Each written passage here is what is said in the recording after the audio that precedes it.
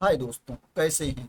आशा करते हैं आप स्वस्थ होंगे, मस्त होंगे। दोस्तों, तेजपुर यूनिवर्सिटी में वैकेंसी निकली है नॉन टीचिंग पोस्ट के लिए, नॉन टीचिंग स्टाफ के लिए। दोस्तों, ये परमानेंट गवर्नमेंट जॉब है। तेजपुर यूनिवर्सिटी सेंट्रल यूनिवर्सिटी है, केंद्रीय विश्वविद्यालय है। तो दोस्तों, देख लेते हैं किस पोस्ट के लिए वैकेंसी है और एप्लीकेशन की लास्ट डेट क्या है।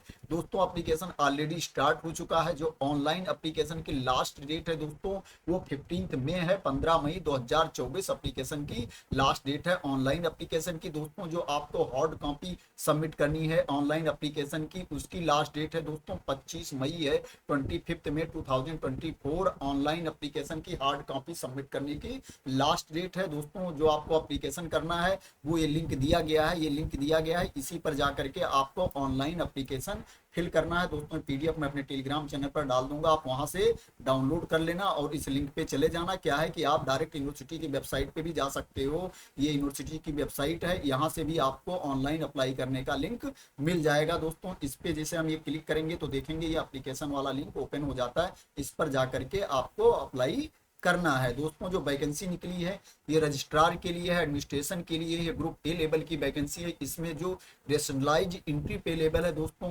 1,44,200 है, 1,44,200 है। दोस्तों, इसके लिए जो मैक्सिमम एज है दोस्तों 57 ईयर्स है, ये अनरिजर्व कैटेगरी के लिए है। दोस्तों, इसके बाद दोस्तों इंटरनल ऑडिट ऑफिसर की वैकेंसी है, ये डिप्यूटेशन पे है। इसमें रेशनलाइज एंट्री पे लेवल है, ये 78,800 है। इसमें 56 ईयर से आपकी एज ज्यादा नहीं होनी चाहिए, ये भी अनरिजर्व कैटेगरी के लिए है। दोस्तों, डिप्टी रजिस्ट्रार की वैकेंसी है, ये ग्रुप ए में आता है। इसके लिए रेशनलाइज एंट्री पे लेवल है दोस्तों 78,800 है। इसमें 50 ईयर से आपकी एज ज्यादा नहीं होनी चाहिए, ये भी अनरिजर्व कैटेगरी के लिए है। असिस्टेंट रजिस्ट्रार की वैकेंसी है दोस्तों, 4 पोस्ट हैं, 4 वैकेंसी है। ये ग्रुप ए में आता है। इसमें जो रेशनलाइज एंट्री पे लेवल है दोस्तों 56,100 है, 56,100 रुपये है। इसमें आपकी एज 40 साल से ज्यादा नहीं होनी चाहिए। इसमें 3 जो है अनरिजर्व कैटेगरी के लिए है, 1 ओबीसी के लिए है। इसके बाद दोस्तों असिस्टेंट की वैकेंसी है एडमिनिस्ट्रेशन में, ये ग्रुप बी में आती है।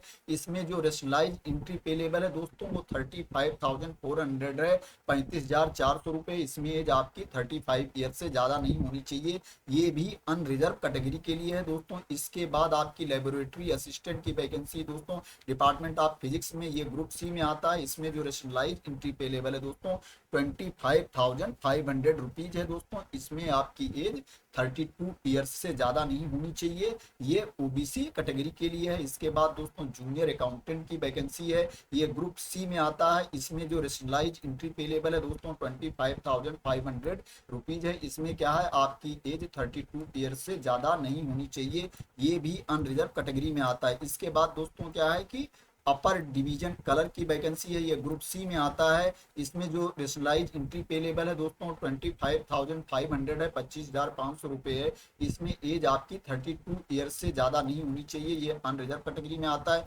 इसके बाद दोस्तों लोअर डिवीजन कलर की है, एलडीसी की वैकेंसी है। इसमें 6 पोस्ट हैं दोस्तों, ये क्या है ग्रुप सी में आता है। इसमें जो रेशनलाइज एंट्री पे लेवल है दोस्तों 19,900 है, 19,900 है। इसमें आपकी है 32 ईयर से ज़्यादा नहीं होनी चाहिए। इसमें 5 है अनरिजर्व कैटेगरी के लिए है, 1 ओबीसी के लिए है। इसके बाद दोस्तों मल्टीटास्किंग स्टाफ की वैकेंसी है, जिसमें क्या है कि 5 पोस्ट है दोस्तों।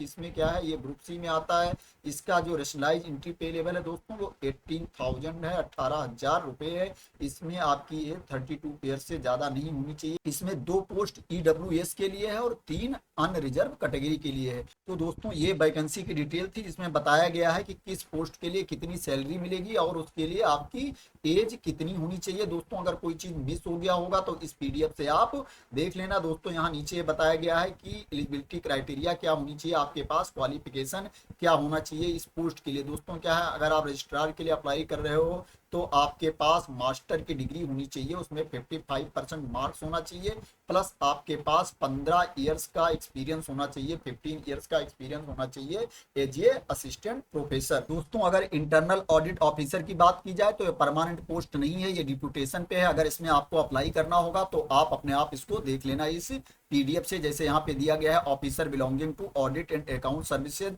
और other similar organized account services in central state government holding post on regular basis. दोस्तों क्या है, अगर इसमें आपको अप्लाई करना होगा तो अपने आप ही क्लियर देख लेना इस पीडीएफ से। दोस्तों अगर हम डिप्टी रजिस्ट्रार की बात करें एडमिनिस्ट्रेशन में, तो इसके लिए आपके पास मास्टर डिग्री होनी चाहिए जिसमें 55% मार्क्स होने चाहिए, प्लस आपके पास 5 इयर्स का एक्सपीरियंस होना चाहिए एज ए असिस्टेंट रजिस्ट्रार या इसके बराबर किसी पोस्ट में जिसमें पे लेवल 10 हो या इसके ऊपर हो। अगर असिस्टेंट रजिस्ट्रार की बात की जाए दोस्तों, तो इसके लिए आपके पास मास्टर की डिग्री होनी चाहिए जिसमें आपके 55% मार्क्स होने चाहिए। अगर बात करें असिस्टेंट की दोस्तों एडमिनिस्ट्रेशन में, तो इसके लिए आपके पास बैचलर डिग्री होनी चाहिए किसी भी स्ट्रीम में, किसी भी डिसिप्लिन में, किसी भी यूनिवर्सिटी से जो रजिस्टर्ड हो, प्लस क्या है आपके पास 3 इयर्स का एक्सपीरियंस होना चाहिए एज ए यूडीसी। दोस्तों अगर लेबोरेटरी असिस्टेंट की बात करें, तो इसके लिए दोस्तों आपके पास बैचलर डिग्री होनी चाहिए फिजिक्स में, प्लस आपके पास 2 ईयर का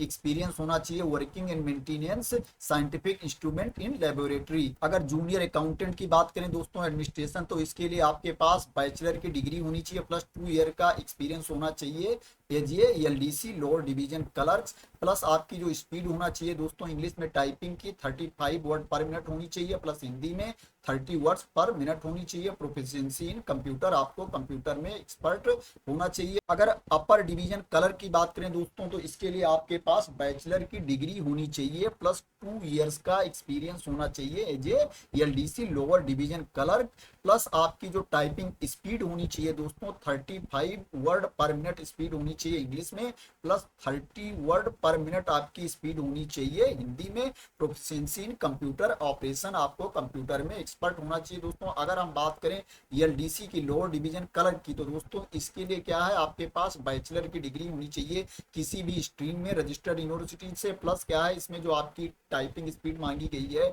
35 वर्ड पर मिनट इंग्लिश में मांगी गई है, प्लस हिंदी में आपकी क्या है 30 वर्ड पर मिनट आपकी हिंदी में मांगी गई है। दोस्तों अगर हम मल्टीटास्किंग स्टाफ की बात करें, तो इसके लिए आपके पास 10th पास की सर्टिफिकेट होनी चाहिए, आपको 10th पास होना चाहिए या आपके पास आईटीआई होना चाहिए, आपको आईटीआई क्वालिफाई होना चाहिए। The post of internal audit officer shall be filled up on deputation for a maximum of period of 3 years. जैसा मैंने ऑलरेडी ही बताया है आपको कि इंटरनल ऑडिट ऑफिसर की जो वैकेंसी है वो डिप्यूटेशन पे है दोस्तों, वो 3 इयर्स के लिए डिप्यूटेशन पे है। इसके बाद यहाँ पर ये भी बताया गया है दोस्तों कि जो इस कैटेगरी में छूट वाली कैटेगरी में आते हैं उनको छूट भी मिल जाएगी एज में, यहाँ पर ये दिया गया है, इसको आप पीडीएफ से देख लेना, मैंने हाईलाइट कर दिया है, यहाँ पे ये दिया गया है कि किसको कितनी छूट मिलेगी, इसको आप पीडीएफ से देख लेना। अगर मैं बहुत ज्यादा डिस्क्राइब करूंगा तो वीडियो काफी लंबी हो रही है। इसके बाद दोस्तों इसमें यह बताया गया है कि सभी पोस्ट के लिए इंटरव्यू होगा, बट ग्रुप ए वालों के लिए इंटरव्यू नहीं होगा। जो पोस्ट ग्रुप ए कैटेगरी में आती हैं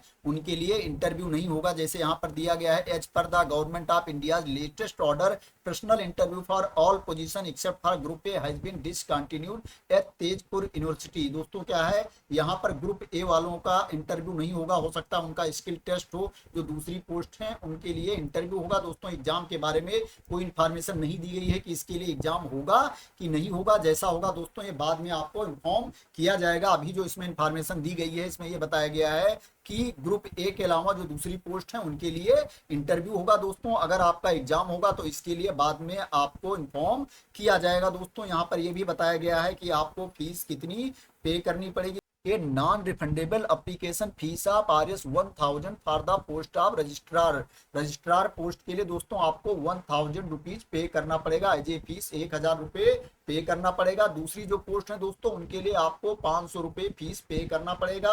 और जो SC ST PWD कैटेगरी में आते हैं उनको कोई फीस नहीं पे करना पड़ेगा, उनको फीस से छूट मिली है दोस्तों। उसके बाद क्या जो आपको फीस पे करना है ये ऑनलाइन बैंक ट्रांसफर करना है दोस्तों। ऑनलाइन जो अकाउंट है उसकी डिटेल्स यहाँ पे दी गई है, इस पर आपको ऑनलाइन ट्रांसफर करना है। प्लस क्या है जो आप उसकी रिसीप्ट होगी जब ऑनलाइन ट्रांसफर करोगे, उसके बाद जो रसीद जनरेट होगी जब आप हार्ड कॉपी सेंड करोगे तो उसके साथ आपको उस रसीद को भेजना है, एप्लीकेशन के साथ उस रसीद को, पेमेंट वाली रसीद को आपको भेजना है दोस्तों। यहाँ पे साफ साफ दिया गया है, applicant must submit copy of the E generated receipt of the payment along with the hard copy of the application. Application की हार्ड कॉपी के साथ आपको पेमेंट की रसीद भी भेजनी। दोस्तों आशा करते हैं वीडियो आपको पसंद आई होगी। अगर ये वीडियो आपको पसंद आई है तो इस वीडियो को लाइक कर देना, शेयर कर देना, और मेरे चैनल को अभी तक सब्सक्राइब ना किया हो तो सब्सक्राइब कर लेना। क्या है, कोई न्यूज आती है, वैकेंसी जाती है, नोटिफिकेशन आता है तो उसकी वीडियो मैं बनाता रहता हूँ। अगर आप मेरे चैनल को सब्सक्राइब कर लेंगे, अगर मैं कोई नई वीडियो बनाऊंगा